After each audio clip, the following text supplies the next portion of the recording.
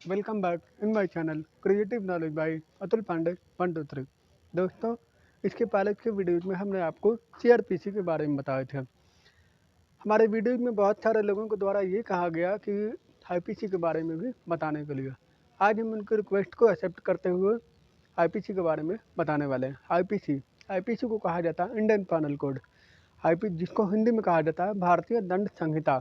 IPC Bharat में यहाँ की किसी भी नागरिक के द्वारा किए गए कुछ अपराधों की परिभाषा और दंड का प्रावधान करती है। आपको बता दें, यह भारत की सेना पर लागू नहीं होती है। अनुच्छेद 370 हटने के बाद से जम्मू एंड कश्मीर में भी अब भारतीय दंड संहिता यानी कि आईपीसी लागू है। भारतीय दंड संहिता आईपीसी 1860 ईस्वी में इस्टेब्लिश की गई।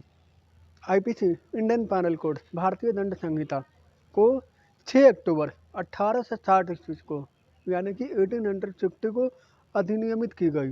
ठीक है, जिसको शुरुआत लागू किया गया 1 जनवरी 1862 को। भारतीय दंड संहिता ब्रिटिश काल में सन 1860 में लागू हुई।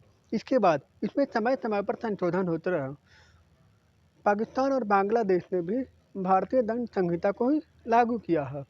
लगभग इसी रूप में यह विधान तत्कालीन अन्य ब्रिटिश उपनिवेश जैसे कि बर्मा हुआ, श्रीलंका हुआ, मलेशिया हुआ, सिंगापुर हुआ, ब्रुनई हुआ, इन सारे देशों में भी इसी पैनल को लागू की गई। लेकिन अब तक इसमें से बहुत से संशोधन भी किए जा चुके हैं। अब हम बातचीत करते हैं आईपीसी की धारा 1 क्या होता है। धारा 1 संहिता का नाम और उसके प्रवर्तन का विस्तार। यह अधिनियम भारतीय दंड संहिता आईपीसी कहलाएगा और इसका विस्तार संपूर्ण भारत पर होगा।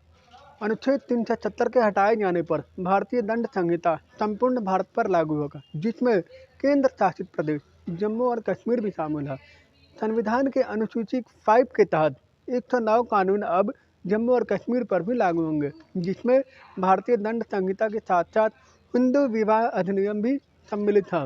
अब हम बातचीत करते हैं धारा 2 के बारे में।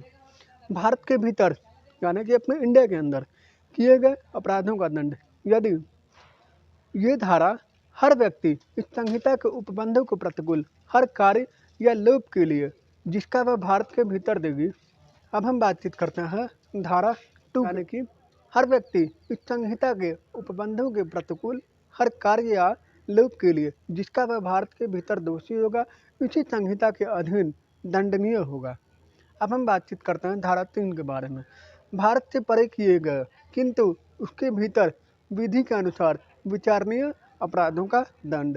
भारत से परे किए गए अपराध के लिए जो कोई व्यक्ति किसी भारतीय विधि के अनुसार विचारण का पात्र हो, भारत से परे किए गए किसी कार्य के लिए उससे इस संहिता के उपबंधों के अनुसार ऐसा बरता जाएगा मानो वह कार्य भारत के भीतर किया गया था।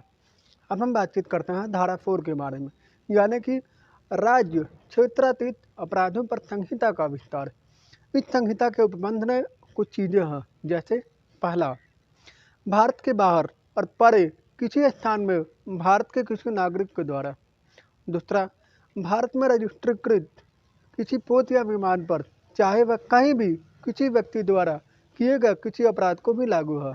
इसका मतलब है इस धारा में अपराध शब्द के अंतर्गत भारत से बाहर किए गया ऐसा हर कार्य आता है जो यदि भारत में किया जाए तो इस संहिता के अधीन दंडनीय होगा। अब हम बातचीत करते हैं धारा 5 के बारे में। कुछ विधियों पर इस अधिनियम द्वारा प्रभाव न डाला जाना। जैसे इस अधिनियम में कोई बात भारत सरकार की सेवा के ऑफिसरों, सैनिकों, नौसैनिकों या वायु सैनिकों द्वारा विद्रोह और अभित्यजन को दंडित करने वाले किसी अधिनियम को उपबंधों या किसी विशेष या स्थानीय विधि को उपबंधों पर प्रभाव नहीं डालेगी। इतना ही रहा हमारा आज से धारा 1 से लेकर के धारा 5 तक। आईपीसी को 23 अध्यायों में विभाजित किया गया, यानी कि डिस्ट्रीब्यूट किया गया, और इसमें कुल 511 धाराएं हैं। इस तरह के और भी धाराएं को जानने के लिए, आईपीसी से जुड़ी हुई हर एक जानकारी से जुड़े रहने के लिए आप हमारे चैनल के साथ जुड़े रहिए। वह हमारे चैनल को लाइक, शेयर एंड सब्सक्राइब जरूर कीजिए। Thanks for watching my videos.